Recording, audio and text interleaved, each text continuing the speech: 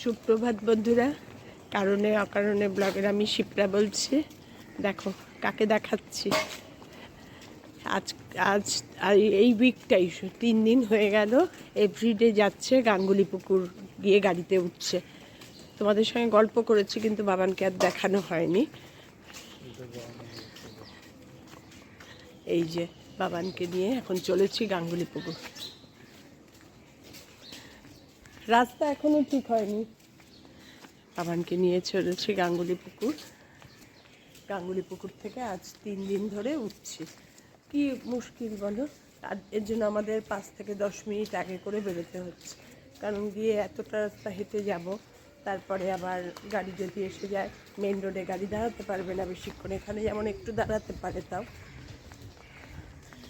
বাবা good morning বলুন। Good morning. মুখে হাত সরিয়ে বলো, শোনা যাচ্ছে না। Good morning. হ্যাঁ হ্যাঁ, এই হচ্ছে অবস্থা। তোমরা সবাই কেমন আছো গো?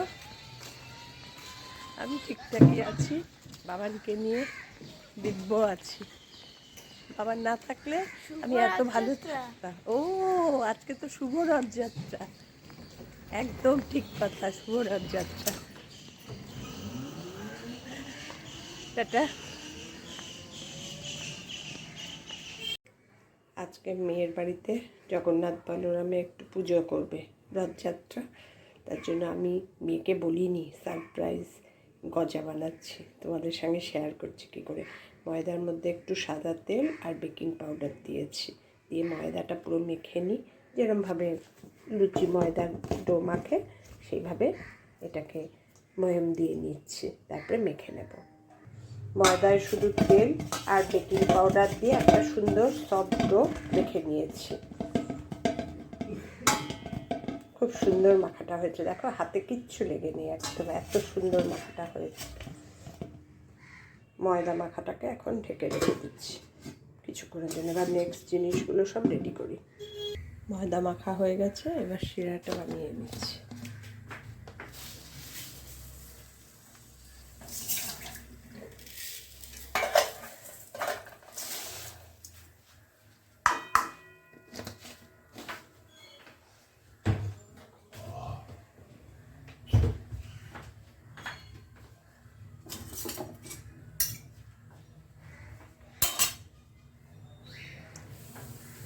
দিয়ে দেবো, খুব পাতলাও করবো না, খুব ঘনও না, মোটামুটি একটু জল দিয়ে শিরাটা হতে দেবো। আর দিয়ে দেবো একটা এলাচ, সুন্দর গন্ধ হওয়ার জন্য। আমি যেটা বানাচ্ছি মেয়ে জানে না, সিক্রেট সারপ্রাইজ। মেয়ে ওদিকে সব রেডি করছে।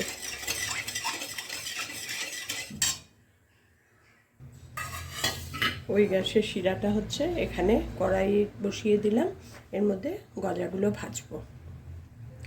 তেল গরম করতে দিই, কারণ সাদা তেল গরম হতে ভীষণ টাইম লাগে। এবার ময়দার যে মেখে রেখেছি ওটাকে গোল পাকিয়ে নেব, যেরমভাবে রুটি বেলে সেরম টাইপের এক একটা ডো করব। খুব বেশি বড়ও করব না, খুব বেশি ছোটও করব না।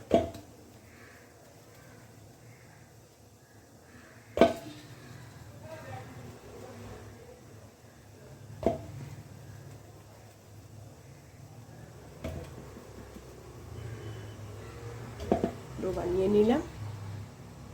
আমার মোট 7টা ডো হয়েছে। 7টা ডোর মধ্যে আমি করব। হ্যাঁ, এবার তোমাদের দেখাচ্ছি কিভাবে করছি। এবার এক একটা করে ডো নিচ্ছি, আর যেরমভাবে ময়দা দিয়ে বেলে নেয় রুটি সেরম বেলে নিচ্ছি,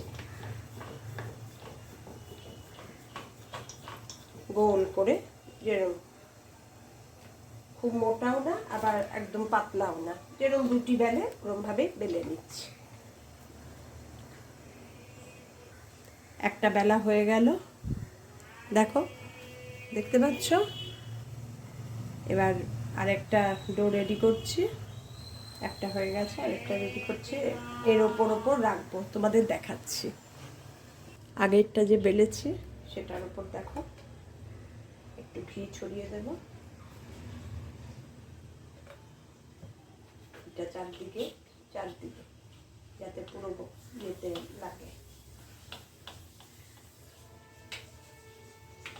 আর তুমি সাদা তেলও দিতে পারো, ঘি দিলে সুন্দর একটা গন্ধ হবে। আর উপরে একটু ময়দা ছড়িয়ে দেবে, ঘি আর ময়দা দিয়ে এটা দিয়ে দেবো এরকম।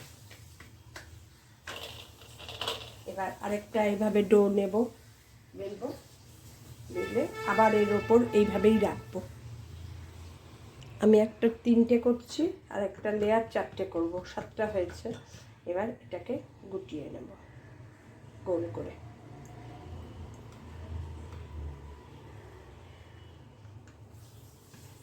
সুন্দর করে গুটিয়ে নেব, একবারে যাতে একবারে লেগে যায় এইভাবে।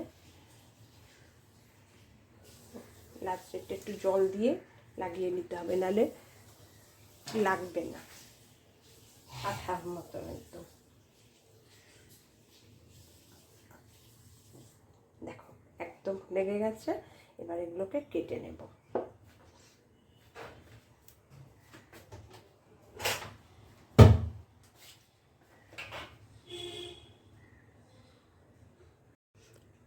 ছুরি দিয়ে এক এক করে প্রথমেরটা বাদ দিয়ে দেব, তারপরে ওগুলো এরকম।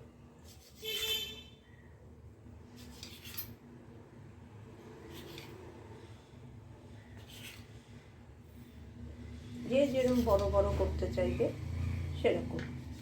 প্রথমে দুটো আলাদা করে রাখলাম। এবার এগুলোকে নিয়ে দেখো, এবার এগুলো একটু বেলনি দিয়ে বেলে নেব। হয়ে গেল একবারে আমার কতগুলো হয়ে গেল দেখো, 5টা হলো। এবার এগুলোকে একটু বেলনি দিয়ে লম্বা করে বেলে নেব। হয়ে গেল আমার গজা। এই যে লেয়ারগুলো হয়েছে, বুঝতে পারছো? এই যে লেয়ারগুলো,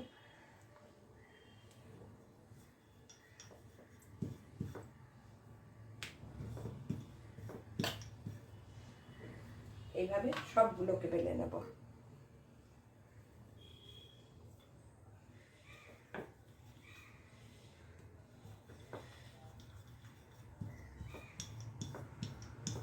বেশি অনেকগুলো দিলে অনেক লেয়ার হয়। আমি যেহেতু 3টে দিয়েছি এটা, এর জন্য লেয়ারগুলো এখন এত বোঝা যাচ্ছে না।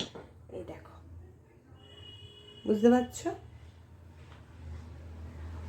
এইভাবে এবার সবগুলো করে তাতে ভাজবো। তেল গরমও বসিয়ে দিয়েছি, মিডিয়াম টু লোতে করে এগুলো সব ভেজে নেব ডুবো তেলে। দেখো কিরম ফুলে ফুলে উঠছে।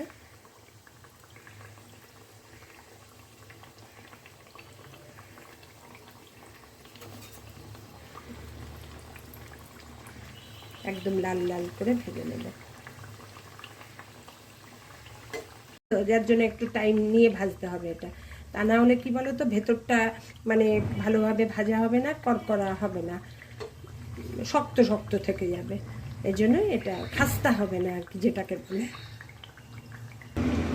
প্রথম যে 4টে দিয়েছিলাম একদম লাল লাল করে ভেজে নিয়েছি। দেখো একদম লেয়ারগুলো দেখো নিয়ে, এই পাশে আমি রেখেছি কড়াইটা, দাঁড়াও রসে ফেলে দিচ্ছি।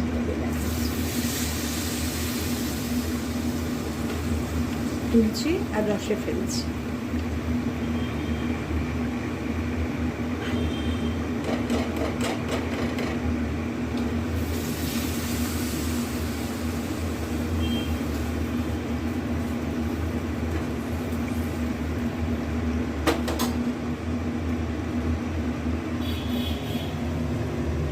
দেখতে পেয়েছো, রসে ফেলে দিয়েছি, আর এদিকে ভাজা হচ্ছে।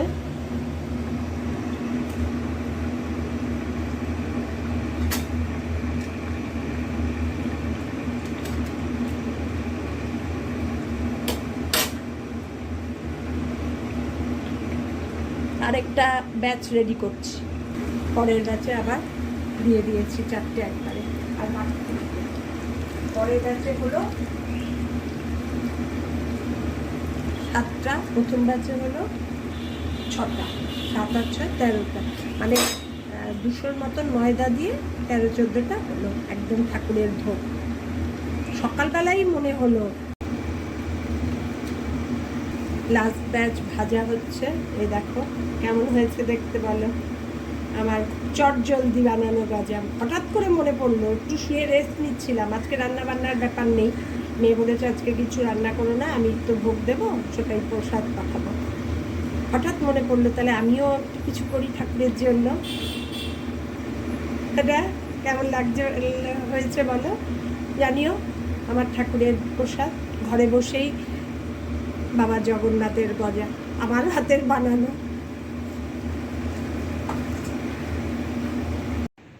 পুরীর গজা যে বানিয়েছি, মেয়ের বাড়িতে এখন নিয়ে যাচ্ছি, তার আগে তোমাদের ফটো তুলে, তোমাদের ছবি তুলে একটু দেখালাম।